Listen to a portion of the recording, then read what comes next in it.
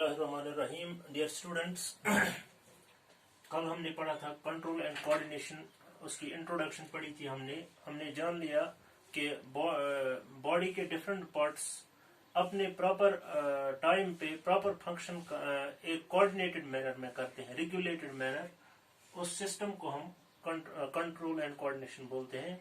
ये living beings का एक कैरेक्टरिस्टिक फीचर है। तो इसमें हमने पढ़ा था इस 5 स्टेप्स पढ़े थे हमने कंट्रोल एंड कोऑर्डिनेशन के। पहला पढ़ा था हमने स्टिमुलस, उसके बाद रिसेप्टर्स। स्टिमुलस आती है एनवायरमेंटल सिग्नल, रिसेप्टर्स वो मैसेज कैरी करते हैं, कोऑर्डिनेटर्स इस मैसेज को कोऑर्डिनेट करते हैं जैसे कि हमारा ब्रेन, और इफेक्टर्स फिर काम करते हैं, लास्ट पे रिस्पॉन्स मिल जाती है। आज हमें पढ़ना है टाइप्स ऑफ कोऑर्डिनेशन। इसके 2 मेन टाइप्स हैं, एक है नर्वस कोऑर्डिनेशन और दूसरा है केमिकल कोऑर्डिनेशन। जो नर्वस कोऑर्डिनेशन है ये इलेक्ट्रिकल रेस्पॉन्स टाइप है, यानी ये कोऑर्डिनेशन इलेक्ट्रिकल कोऑर्डिनेशन है। इसमें जिस तरह इलेक्ट्रिकल रेस्पॉन्स होती है, इसमें ये बहुत फास्ट होती है, बहुत जल्दी हो जाता है ये काम। तो ये सिर्फ एनिमल्स में होता है, प्लांट्स में नहीं होता। वहाँ नर्वस सिस्टम नहीं होता है, वहाँ सिर्फ केमिकल कोऑर्डिनेशन हो जाती है। एनिमल्स में हो जाता है ये नर्वस सिस्टम, यानी control and coordination through nervous system. इसमें आता है ब्रेन, स्पाइनल कॉर्ड, नर्वस वगैरह। और हार्मोनल कोऑर्डिनेशन, ये कोऑर्डिनेशन केमिकल्स के जरिए होते हैं, उनको बोलते हैं हम केमिकल मैसेंजर्स या हार्मोन्स बोलते हैं। वो प्लांट्स में भी आते हैं और एनिमल्स में, यानी हार्मोनल कोऑर्डिनेशन प्लांट्स में भी, एनिमल्स में हार्मोनल कोऑर्डिनेशन ही काम करता है। तो अब हम कैटेगरी पढ़ेंगे पहले, नर्वस कोऑर्डिनेशन इन एनिमल्स। इसमें आते हैं 2 सिस्टम्स, सेंट्रल नर्वस सिस्टम और पेरिफेरल नर्वस सिस्टम। ये नर्वस सिस्टम क्या है, इसके लिए स्पेशलाइज्ड सेल्स होती है, एक्साइटेबिलिटी उनमें एक प्रॉपर्टी होती है, दैट कैरी नर्व इम्पल्स। उनको हम न्यूरॉन्स बोलते हैं या नर्व सेल्स। तो नर्वस कोऑर्डिनेशन में क्या आता है, सेंट्रल नर्वस सिस्टम और peripheral nervous system. Central nervous system क्यों हम बोलते हैं, ये लोकेशन पर है, जिस तरह ब्रेन और स्पाइनल कॉर्ड। ब्रेन और स्पाइनल कॉर्ड जो वर्टिकल कॉलम के अंदर जो सफेद रॉड होती है, उसको क्या बोलते हैं हम, स्पाइनल कॉर्ड।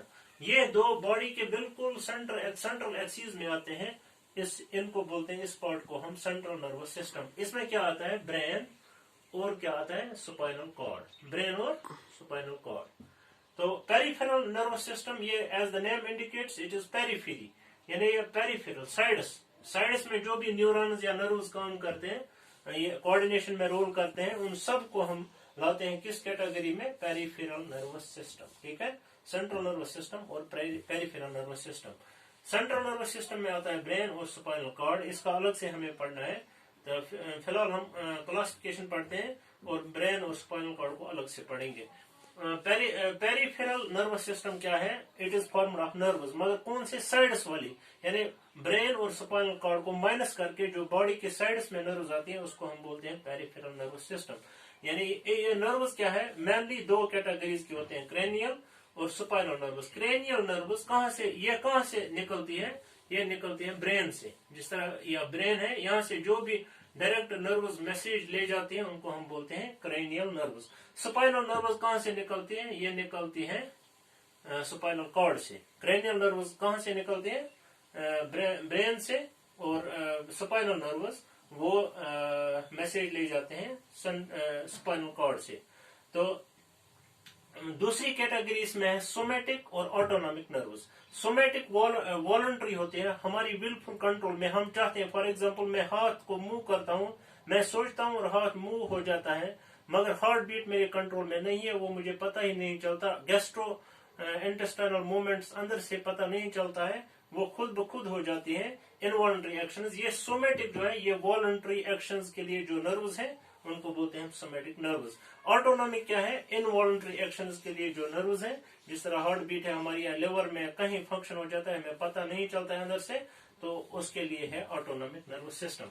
और सोमेटिक जो है, somatic nervous system, somatic nervous, ये 2 किस्म की होती है, एक है सेंसरी, दूसरा है मोटर। सेंसरी क्या काम करता है, ये मैसेज ले जाते हैं एनवायरनमेंट से, दैट मीन्स रिसेप्टर्स में होती है एनवायरमेंट जो भी सिग्नल, फॉर एग्जांपल हमें टेस्ट करना होता है किसी चीज का, या हम आवाज सुनते हैं कान से, या स्मेल या कोई सेंस, 5 सेंस ऑर्गन जो है वहां से कोई सेंस की मैसेज हम लेना चाहते हैं तो वो लेंगे हम सेंसरी नर्व से ब्रेन तक, और ब्रेन वहां से जो मैसेज देगा that will be carried by motor neurons और motor nerves.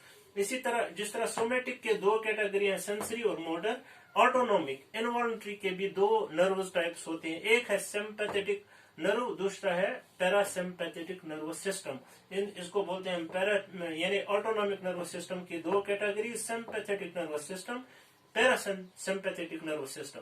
Sympathetic nervous system में वो नर्व्स आती है जो बॉडी को एनर्जाइज या अराउज करने के लिए के वक्त काम आती है। फॉर एग्जांपल हम दौड़ते हैं, एक्सरसाइज करते हैं, या एंगर, शरारत होता है कभी, उस वक्त हाई एनर्जी स्टेट पे बॉडी होती है, उस वक्त जो नर्व्स काम करते हैं वो क्या है, वो है सिंपैथेटिक। को जब हम काम डाउन हो जाते हैं, रेस्ट, सोते वक्त या हार्ट बीट हमारी कम हो जाती है, वो रेस्ट, उसको बोल सकते हैं हम पावर सेविंग मूड।